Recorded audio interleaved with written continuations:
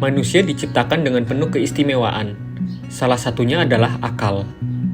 Dalam kehidupan manusia, kita tidak hanya sekedar melihat, mendengar, atau merasakan, tetapi juga memaknai.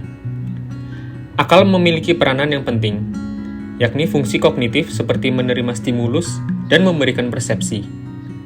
Dalam psikologi proyektif, proses ini dikenal melalui beberapa jenis pengalaman mental yang berbeda, seperti persepsi, apersepsi, dan distorsi apersepsi. Ketiganya menjadi dasar untuk memahami bagaimana seseorang memproyeksikan isi batinnya terhadap stimulus yang ambigu atau netral.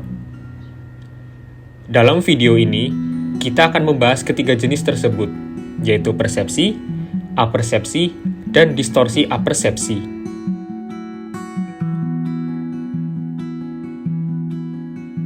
Persepsi adalah proses kognitif yang terjadi ketika kita menerima informasi dari lingkungan melalui panca indera, seperti penglihatan, pendengaran, penciuman, peraba, dan pengecap.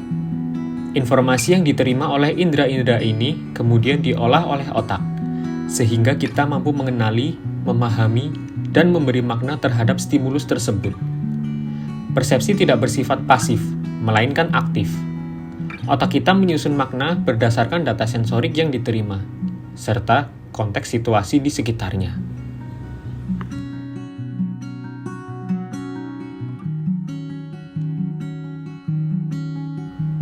Ketika kita sedang membawa kendaraan, kita melihat lampu lalu lintas berwarna merah di pertigaan.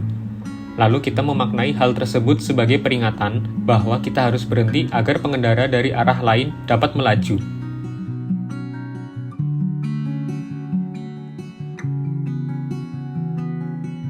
Apersepsi merupakan lanjutan dari persepsi, namun lebih kompleks. Apersepsi adalah proses ketika seseorang tidak hanya menerima stimulus dari luar, tetapi juga mengaitkan stimulus tersebut dengan pengalaman, emosi, latar belakang, nilai, dan struktur kepribadian yang telah dimilikinya. Dengan kata lain, apersepsi melibatkan interpretasi pribadi yang lebih mendalam, dan merupakan cerminan dari siapa seseorang sebenarnya. Apersepsi menjadi landasan utama untuk memahami bagaimana individu mengolah dunia di sekitarnya berdasarkan sejarah hidup dan kondisi batinnya.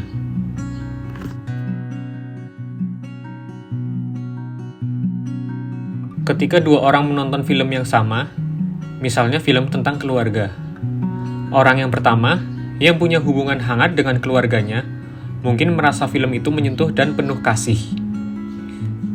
Tetapi bagi orang kedua, yang punya pengalaman buruk dengan orang tuanya, bisa saja merasa film itu menyakitkan atau terlalu idealis. Padahal stimulusnya sama, film keluarga. Tapi makna yang muncul berbeda karena dipengaruhi oleh pengalaman hidup masing-masing.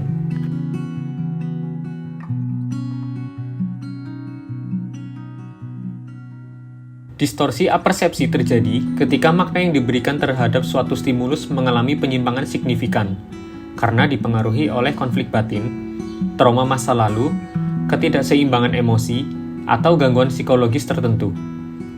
Dalam kondisi ini, interpretasi seseorang terhadap stimulus tidak lagi mencerminkan realitas yang objektif, melainkan sangat subjektif dan seringkali menyimpang dari konteks aslinya.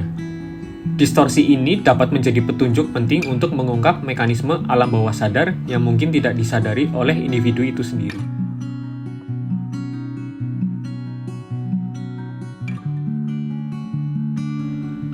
Misalnya seseorang berjalan melewati dua orang yang sedang tertawa. Seseorang yang sedang percaya diri mungkin berpikir, wah, mereka sedang ngobrol seru.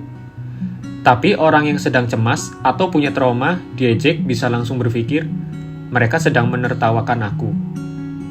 Padahal, tidak ada bukti bahwa tawa itu ditunjukkan padanya.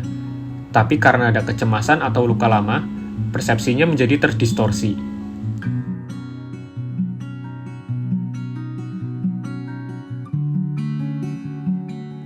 Dari pembahasan tadi, kita bisa memahami bahwa setiap individu memiliki cara unik dalam memaknai dunia di sekitarnya. Proses memaknai itu dimulai dari persepsi yang bersifat sensorik, berkembang menjadi apersepsi yang dipengaruhi pengalaman pribadi, dan dalam kondisi tertentu bisa mengalami distorsi karena konflik batin atau emosi yang belum terselesaikan. Ketiga proses ini bukan hanya menjelaskan bagaimana kita melihat sesuatu, tetapi juga bagaimana isi batin kita tercermin melalui interpretasi terhadap stimulus yang ambigu. Maka, memahami persepsi, apersepsi, dan distorsi apersepsi menjadi langkah penting dalam menggali dunia psikologis seseorang secara lebih mendalam. Semoga penjelasan ini bermanfaat dan bisa memperluas pemahaman kita tentang dinamika batin manusia. Terima kasih telah menyimak, sampai jumpa.